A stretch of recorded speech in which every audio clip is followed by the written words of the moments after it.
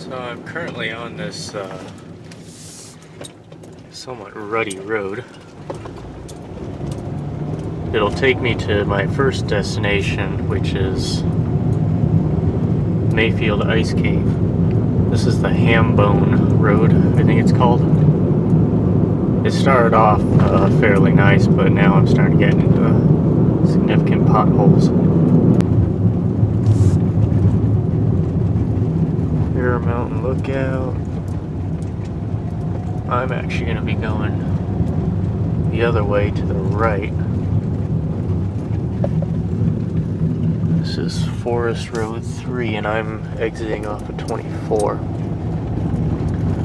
Another kind of poorly conditioned road, even though the sign here says speed limit 45. So this is the lava flow that I'm driving through. This looks like an area that would have more caves than just the one that I'm visiting. It's the only one that shows up on topographic maps, but I'm sure there's others hiding about. So I got out of all the lava flows, and this green area is called Julia Glover Flat.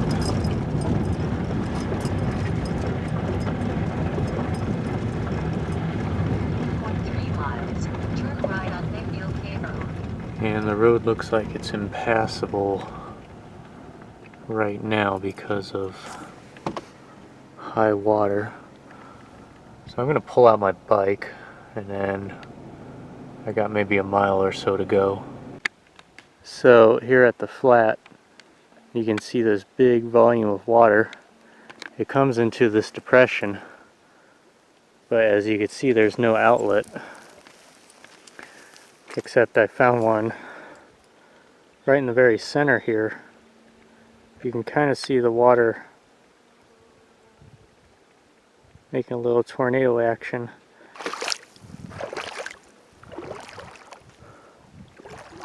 The water seems to be going through right there.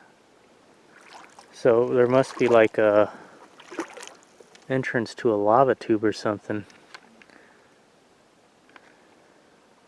Of course, I'm muddying it up now. There is a number of springs towards the end of this flow. It's actually a state park, Jamali Lava Springs.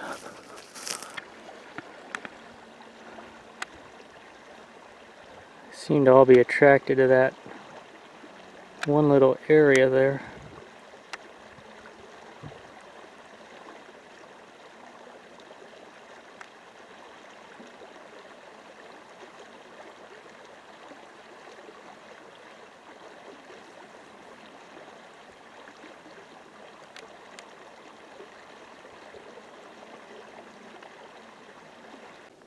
At the intersection of the main road, there is a gas pipeline that runs underneath. These rupture cracks are sure impressive. Somebody was nice enough to leave a little cairn there, so that must be where the cave is. That one goes down pretty deep as well. So right below this cairn is this old arrow, and sure enough it points to this little opening right underneath. So this might be the Mayfield Ice Cave opening. So I can already see a whole bunch of ice straight below. This is quite a drop, but I do see what looks like the remains of a ladder. So shining my light, there's one ladder leading to this rock that has ice covering it, and then there's another ladder that leads right down into there. Alright, this is a little tricky being that this boulder I need to be on is all iced. Somebody left some writing there. I won't lie, this is definitely a cave full of ice. I have to watch where I step too. I'm kind of at the bottom level here. Pretty nice formations. Even through there, I have to see if I can wedge my way around without breaking too much of the ice. It almost looks like cave bacon, except it's ice. About 2.5 inches wide. Streaks of them all along. This is one of the low points of the cave.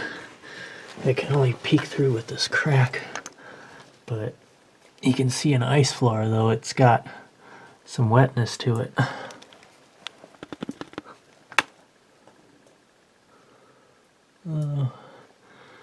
Doesn't go much further than that. That looks like a tight squeeze in between the ice. However, in the distance there is light, so there is another opening. I don't think I could really get to the other skylight opening. There's just a lot of ice and steep drops. There's no grip because everything is ice covered. Alright, back outside. Quite a temperature change. And I'm going to see if I can find an opening over in here. So yep, that got me down very easily to the other side of that big chokestone rock. I couldn't really squeeze through. I'm glad I didn't go through, because if I slipped, it would have angled me straight down that ice path right there. Ice is all angled right in through there. Now that is a huge ice bacon right there. Gotta be at least 8 inches in width.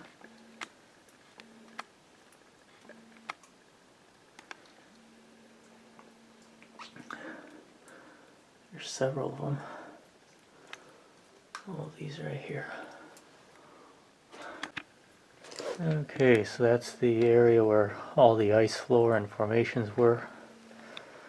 Easy way to crawl out and just back out to the surface.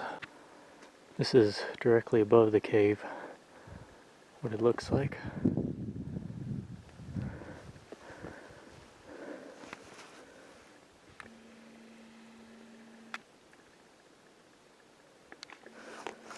Snow down in there.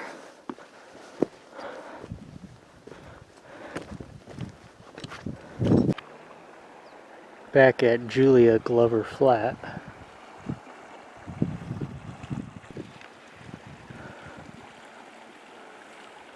And it just occurred to me that this pool of water has no exit except underneath the lava flow as well. So I'm a little bit west of the ice cave now. This is a somewhat recent replant. And I'm gonna head to, it's called Hambone Well. I made it to about 6/10 of a mile from it, but I'm just gonna pull out my bike and do the rest because there's still some wetness in the road up ahead. Right where I parked, check out these tracks.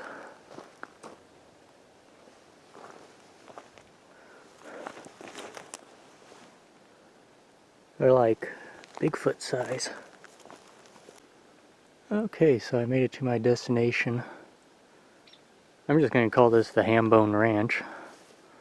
This is a view of the fallen apart corral. I quite honestly don't really know what this would have been for. Seems like it stored water or something like that. A big trough or something. The ranch house is still standing, as well as this little garage. And right there is the old Hambone well.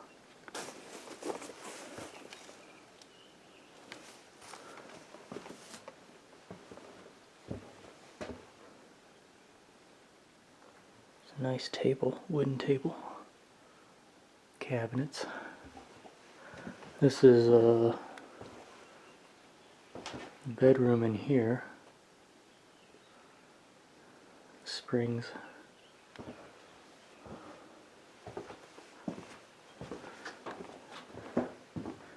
Another mattress bed spring right there. Looks like there's a little cubby hole door. This is a nice old stove. Wedgwood is the name. Closed, open.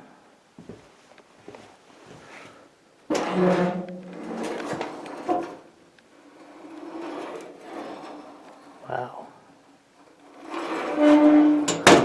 Really old-fashioned.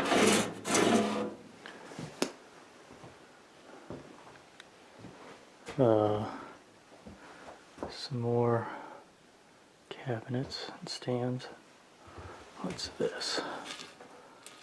Oh. Yeah, the other half is, I guess I got taken out and placed on top of the shelf. And then this last room here seems like it could have been like a cellar or just an extra storage. The entranceway here, you have to stoop in.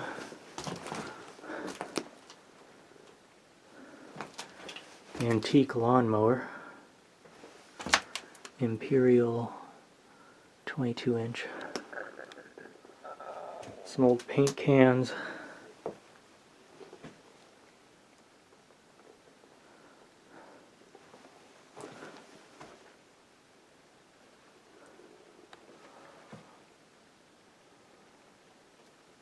Shelf up here. Let me see. This is a box for a 16 Michelob chainsaw, it looks like. The shipping label says April 15th, 1997. Harbor Freight Tools in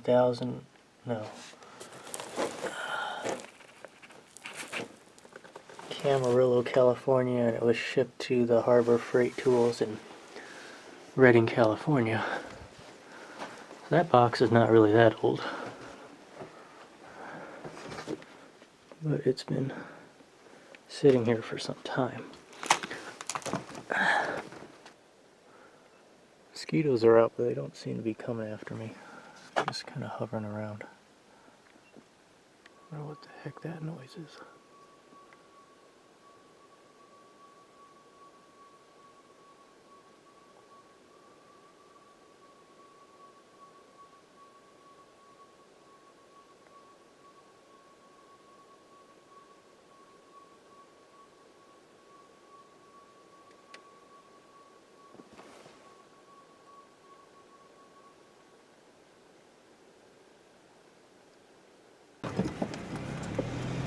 Not even really beyond 4,000 feet elevation. There's already significant snow. This should all be gone by the end of this upcoming week. So I did my nighttime photographing. It's now 11:11.